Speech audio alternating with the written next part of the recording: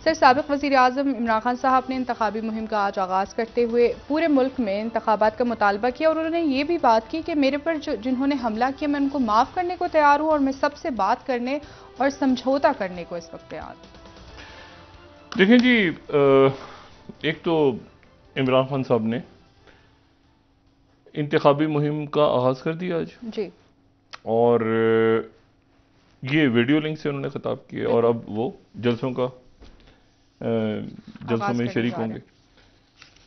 और इसी दौरान मरीम नवाज साहिबा जो हैं उन्होंने ये कहा है कि वो भी कैंपेनिंग शुरू कर चुकी हैं, लेकिन वो पार्टी वर्कर्स और मतलब वो मुख्तलिफ अंदाज में, जैसे इमरान खान साहब ने कि कभी वो मीडिया से बात करते हैं, कभी कारकुनों से बात करते हैं, इन दिनों में वो मुस्लिम लीग नून भी इसी तरह बात करते हैं।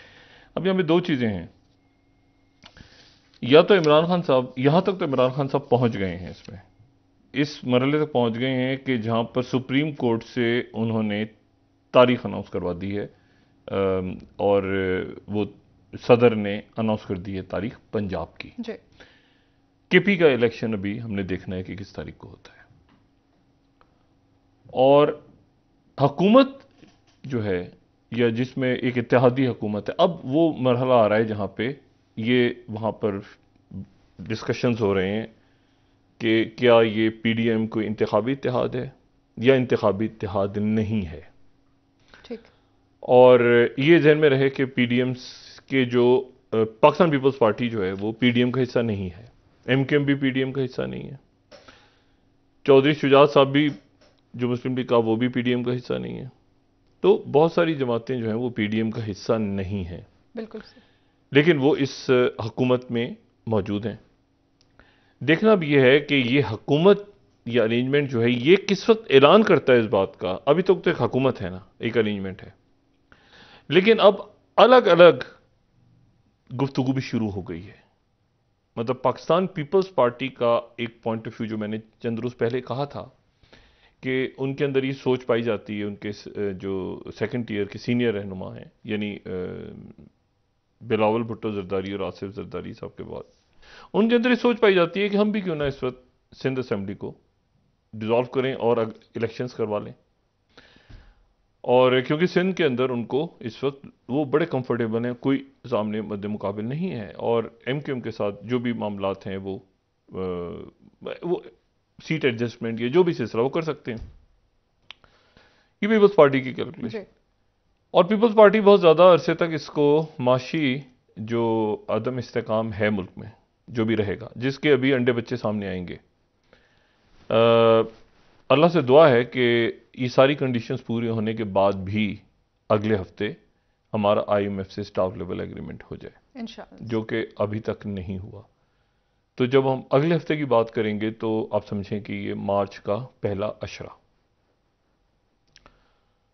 और उसके बाद फिर उसमें एक कंडीशन अभी तक रह गई है। सब सारी कंडीशंस उन्होंने पाकिस्तान से मंजूर करवाई हैं, और वो ये है कि चाइना की तरफ से तो हमें 1 अरब 30 करोड़ डॉलर्स की फाइनेंसिंग रोल और ओवर। 50 करोड़ उसके मंजूर भी हो गए, मौसूल भी हो गए हैं। लेकिन ये है कि अभी देखना है कि ब्रादर ममालिक की तरफ से, जो ब्रादर इस्लामी ममालिक हैं, उनकी तरफ से क्या बात होती है और क्या ये मसले का मुस्तकिल हल है।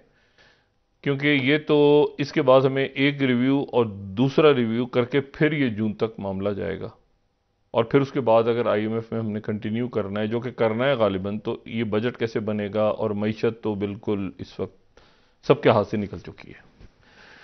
तो अच्छा, पाकिस्तान पीपल्स पार्टी और एमक्यूएम, इन दोनों पे दबाव है, और इसलिए दबाव है कि एक तो सिंध, जी, और फिर सिंध के शहरी इलाके, और माशी हब, और वहाँ पे स्टॉक मार्केट, और वहाँ पे ताजिर बरादरी, और वहाँ से अगर कंटेनर्स फंसे हुए हैं तो वहाँ से कैसे निकलेंगे, तो क्या होगा, तो वहाँ पर वो सारा जो है वो फिर पूरे मुल्क पे रिफ्लेक्ट होता है।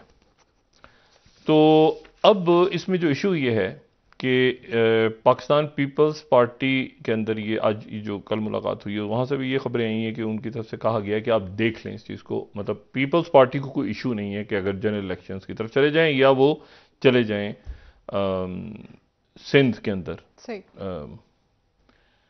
इलेक्शंस करवा लें इसी दौरान सिंध असेंबली के भी, और बाद में फिर मुस्लिम लीग नून देखती रहे कि कहाँ पे कब करवाने हैं, क्या करवाने हैं उन्होंने। क्यों पंजाब निकल गया और केपी निकल गया और सिंध भी चला गया, तो फिर मुस्लिम लीग नून कहाँ से इलेक्शन लड़ेगी। तो ये एक ऐसा मसला है जिसके ऊपर, और जाहिर है कि जरदारी साहब और उनकी अपनी सियासत है इस मरहले पे। वो तो मैं नहीं समझता कि किसी भी तरह से, एक वक्त ऐसा था कि पाकिस्तान पीपल्स पार्टी बात कर रही थी मुस्लिम लीग नून से कि आप हमें पंजाब के अंदर सीट्स के ऊपर कोई एडजस्टमेंट, और अब वो सूरत हाल नहीं है। अब वो बिल्कुल वो सूरत हाल नहीं है। बिल्कुल सही।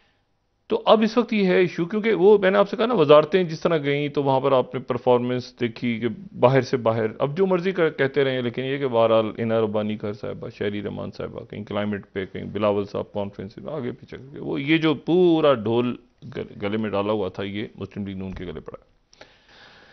तो इस हफ्ते, ये जो हफ्ता है, इस हफ्ते में ये तय होगा कि इमरान खान साहब ने ऐलान तो करवा दिया, लेकिन क्या इलेक्शन तक इसको लेके जाते हैं या नहीं। ठीक है। ठीक है। और ये भी देखना है कि क्या मुस्लिम लीग नून जो है वो क्या अपने जो इत्तेहादी हैं उनको कायल करने में कामयाब हो जाती है, या वो जो हैं वो, क्योंकि वो बहुत अरसे तक वो जाहिर है कि वो हुकूमत, ये जो माशी गुफअप हुआ है, इसको नहीं वो संभाल सकते। और मेरी तहरीक इंसाफ के जो लोग हैं वो उनके एक दो बड़े सीनियर लोग जो हैं वो मिफ्ता इस्माइल साहब को अपनी जमात में लाने में इंटरेस्टेड हैं। अच्छा जी सही। मिफ्ता इस्माइल साहब को वो शायद कमिंग डेज में ऑफर करें। अब वो ऑफर हो गई है या होगी, या उसको मिफ्ता साहब कबूल करेंगे या नहीं करेंगे, क्योंकि शाहिद खान अब्बासी साहब तो मरीम नवाज साहिबा के साथ आ गए, लेकिन जो मिफ्ता इस्माइल साहब हैं उनका मसला ख़राब हुआ बहुत ज़्यादा। और वो ख़राब इस तरह से हुआ कि वो पहले तो उनको हटाया गया, फिर उसके मिफ्ता साहब ने रिएक्ट किया, फिर वो सलमान शहबाज साहब ने उनको जोकर क्लाउन कह दिया। ये तो वो बहरहाल एक ऐसी चीज़ है जिसको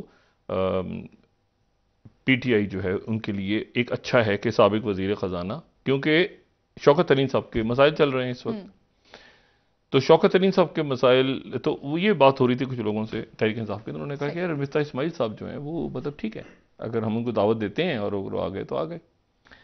ये बिल्कुल ऐसे ही है जैसे मुस्तफ़ा नवाज खोखर साहब जो हैं उनका भी ये कहीं बात चली है कि वो भी तहरीक इंसाफ के अंदर जा सकते हैं, तहरीक इंसाफ उनको ऑफर कर सकती है। अच्छा, अब ये तो हुकूमत जो है वो अब, यानी अब हम बात करेंगे ना मुस्लिम लीग नवाज की। मैं दो बातें यहाँ पे कहूँ, इसाक डार साहब के ऊपर तो काफ़ी बात हो गई, मैं उस पर बात नहीं करूँगा। दो बातें तशवीशनाक हैं। पहली बात तो ये कि अदलिया में जो मामले, देखिए हमारे मुल्क का हर तनाज़ा अगर आखिर में जाके हल होता है तो वो अदालतों में हल होता है इस दुनिया में। तो अदालत के अंदर जो तकसीम है वो ना रियासत के लिए मुनासिब है, मतलब पूरी रियासत के लिए मुनासिब नहीं है, मतलब उसमें आप मतलब है कि मुल्क के लिए मुनासिब नहीं है कि इस तरह से अदालत में तकसीम हो, या तकसीम का तासुर, या तकसीम नज़र आने लगे। और ये बात जब ये फायज ईसा साहब का मामला आया था तो उस वक्त भी मैं गुजारिश करता था कि बराह करम इसको ना लेकर आए, क्योंकि उसके बाद फिर कोई फोरम नहीं बचता।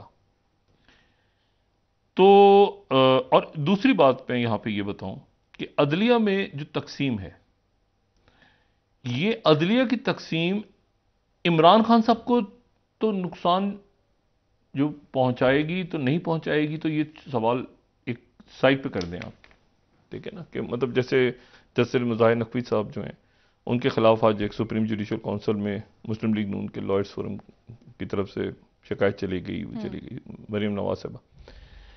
इसका एक सबसे बड़ा जो नुकसान होगा, इसका नुकसान इमरान खान साहब की जमात को तो जो होगा नहीं होगा मैं नहीं जानता, मुस्लिम लीग नून को जरूर होगा। उसकी वजह यह है कि नवाज शरीफ साहब के जो मामलात हैं वो इस सुप्रीम कोर्ट में आने हैं।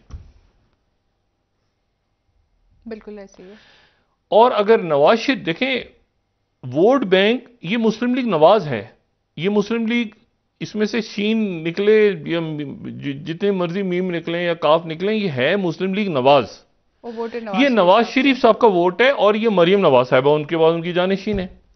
अब मुझे बताएं कि अगर अदालत के अंदर तकसीम का तासुर बनता है, या अदालत में इस तरह से जो आज भी पिटीशंस वगैरह जा रही हैं कमिंग, तो इमरान खान तो बैठे हैं ना, बाहर बैठे हैं, और तो नवाज शरीफ साहब की वापसी और अदालत के अंदर उनके मामलात जो आने हैं, ठीक है, जिसके बारे में खुल के बात हुई एक दो, और जो मरीम नवाज साहिबा भी कह रही है कि तराजू को बराबर करो और एक, तो अगर तकसीम होती है तो वो बराबर, अगर इमरान खान साहब के लिए वो नुकसानदेह होती है, इनकी तरफ से ये बात आती है मुस्लिम लीग नून की तरफ से कि ऐसे बेंच क्यों बन रहे हैं, ये क्यों अभी तक, और ये जो मीटिंग हुई है शहबाज शरीफ साहब और मौलाना फजलुर रहमान साहब और जरदारी साहब, उसमें भी ये बात डिस्कस हुई है कि मुस्लिम लीग नून की तरफ से गालिबन वज़ीर आज़म साहब ने, किसी और ने कहा है कि ये इमरान खान साहब को इतनी रिलीफ क्यों मिल रही है, हमें तशवीश है इस बात पर। तो आने वाले दिनों में अगर अदालत को निशाना बनाया जाता है तो उसका नुकसान इमरान खान साहब से ज्यादा हुकूमत, मैं फिर बार बार, असल में मैंने वही कहा, इमरान खान साहब ड्राइविंग सीट पे हैं और हुकूमत अभी तक ऑपोजिशन में बैठी है। ये जब इमरान खान साहब हुकूमत में थे तो उस वक्त हम कहते थे कि खान साहब आप खुदा का वास्ता, आप हुकूमत में हैं, आप वो इस वक्त ना करें। अब जैसे खान साहब ने कहा कि मैं इनको एनआरओ नहीं दूंगा, मैं हर चीज़ से बात करूंगा, एनआरओ नहीं दूंगा, वो हुकूमत में बैठे हुए हैं। मतलब इशू ये है, तो यहां से खान साहब ने आगे जाना है और आगे लेके जाना है इसको इलेक्शंस तक। उन्होंने, मुस्लिम लीग नून को इलेक्शन सूट नहीं करता किसी सूरत, पीपल्स पार्टी को भी सूट करता है। मौलाना फजलुर रहमान साहब का जो वोट बैंक है वो उनका वोट बैंक है, एएनपी का वोट बैंक उनका वोट बैंक है, लेकिन वो सूट नहीं करता तो मुस्लिम लीग नून को नहीं करता।